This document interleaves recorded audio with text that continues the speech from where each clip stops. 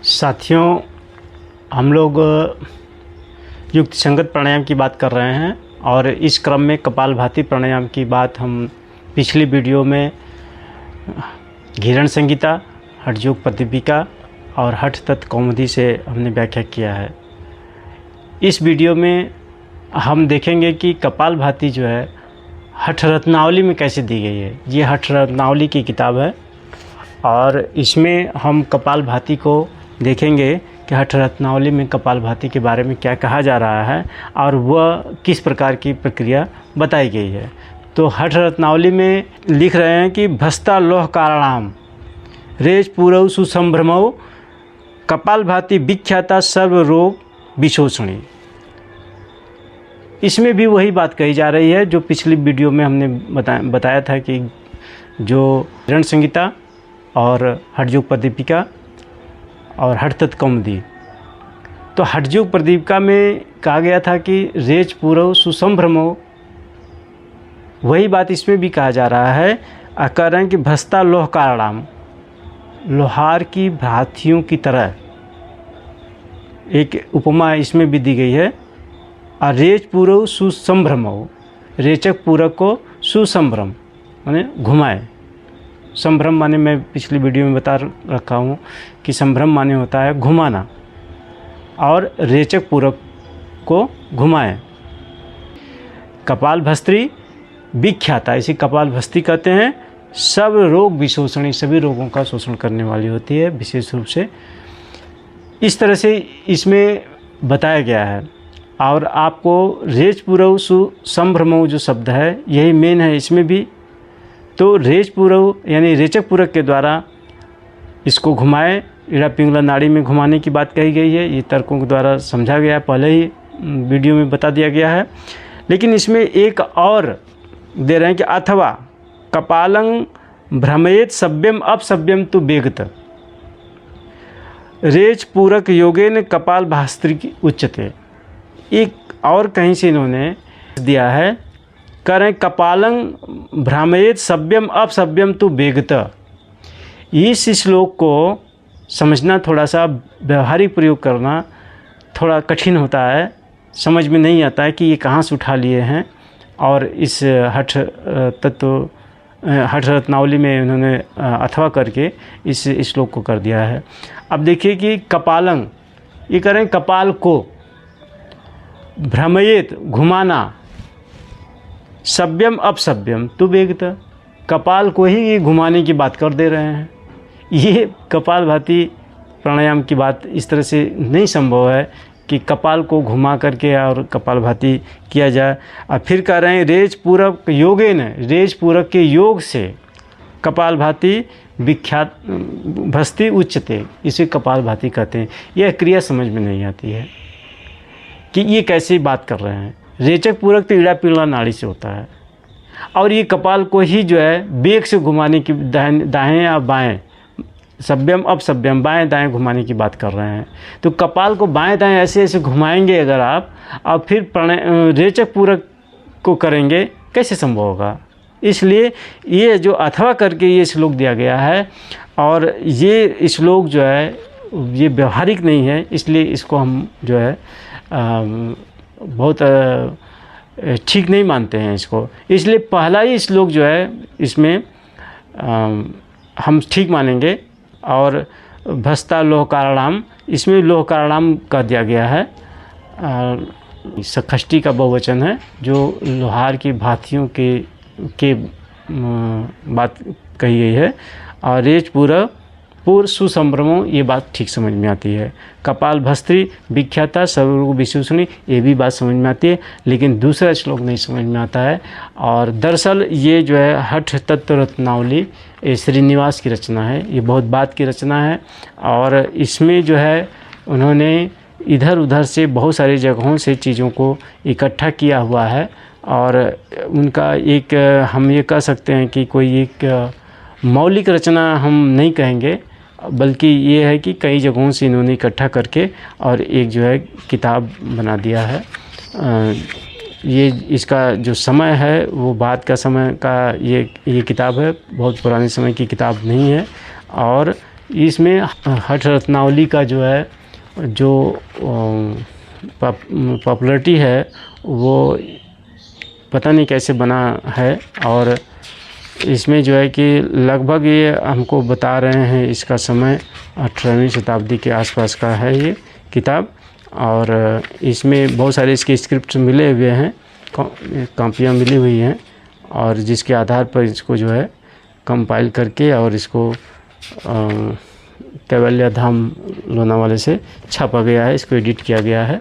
तो लेकिन फिर इसके बावजूद भी ये किताब जो है एक महत्वपूर्ण है, क्योंकि इसमें बहुत सारे ग्रंथों से चीज़ों को लिया गया है, इसलिए इसका जो है कि रेफरेंस देना ज़रूरी था, इसके बारे में कहना ज़रूरी था कि इसमें कपालभाति कैसे कहा गया है। तो पहला श्लोक से तो मैं सहमत हूँ, दूसरे श्लोक से मैं पूरी तरह से सहमत नहीं हूँ, क्योंकि वो व्यवहारिक नहीं है। क्योंकि आप जब रेचक पूरक करेंगे तो पिंगला नाड़ी से करेंगे। अब ये कपाल को घुमाने की बात कर रहे हैं, तो कपाल घुमाने और रेचक पूरक कैसे आप करेंगे? नहीं कर पाएंगे, ये अव्यवहारिक सी बात है। और ये मिसप्रिंट या तो हो, जो भी हो, लेकिन ये जो है श्लोक ठीक नहीं है। तो इस प्रकार से हम लोगों ने देखा कि कपालभाति प्राणायाम एक ही प्रकार की है किसी भी शास्त्र में, यहाँ तक कि हठ रत्नावली में भी उदराघात की बात नहीं कही गई है, ये बात क्लियर है। उदराघात कहीं नहीं कहा गया है कि उदर में आघात करके, जिस तरह से आज प्रचलन में है कपालभाति, उस तरह की कपालभाति आज तक किसी भी शास्त्र में वर्णन नहीं मिला हुआ है। और ये पता नहीं कैसे प्रचलन में आया और इस तरह से जो है किया जा रहा है। वास्तव में कपालभाति जो है रेचक पूरक से होता है, और रेचक पूरक पीड़ा नाड़ी से किया जाता है।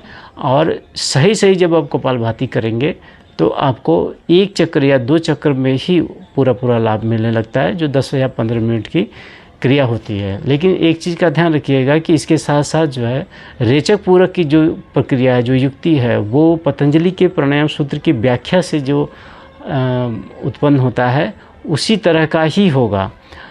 कहीं पर भी उसमें विरोधाभास नहीं है कि नहीं, जो है जिस तरह से आज प्रचलन में है कि सांस खींचो फेंको और फिर खींचो फेंको, इस तरह का नहीं है।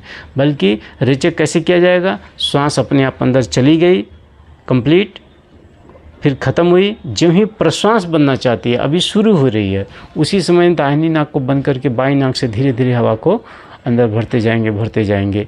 जो हवा भर रही होती है उसको हम पूरक कहेंगे। और जब पूरी भर जाए तो छोड़ देंगे, दोनों नाक से बाहर आ जाएगा। 1-2 श्वास आराम करिए, इसके बाद फिर ध्यान दीजिए कि प्रश्वास बाहर चली गई, जो अंदर आना चाहती है तो बाईं नाक को बंद करके दाहिनी नाक से धीरे धीरे हवा को बाहर निकालिए, प्राण को बाहर निकालिए।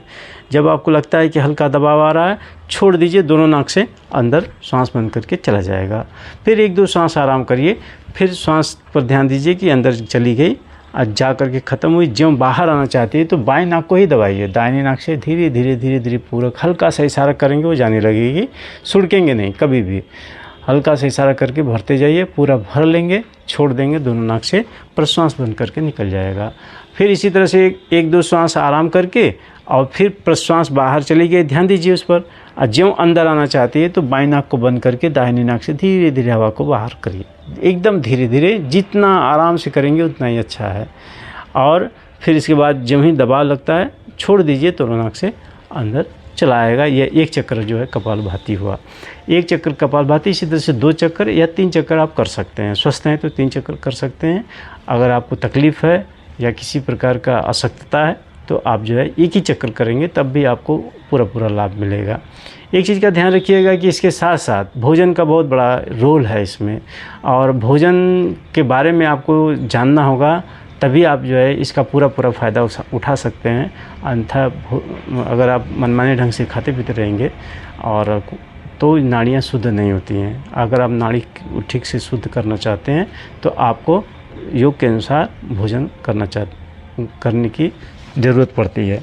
आप इस चीज़ को और ध्यान दीजिएगा कि कभी भी ज़ोर से रेचक या पूरक नहीं करेंगे, और कभी भी बहुत ज़्यादा हवा भरने की, बहुत ज़्यादा निकालने की कोशिश नहीं करेंगे। अपने बलाबल के अनुसार, अपने शक्ति के अनुसार, अपने सामर्थ्य के अनुसार आप जो है इसको बाहर निकालेंगे और अंदर करेंगे।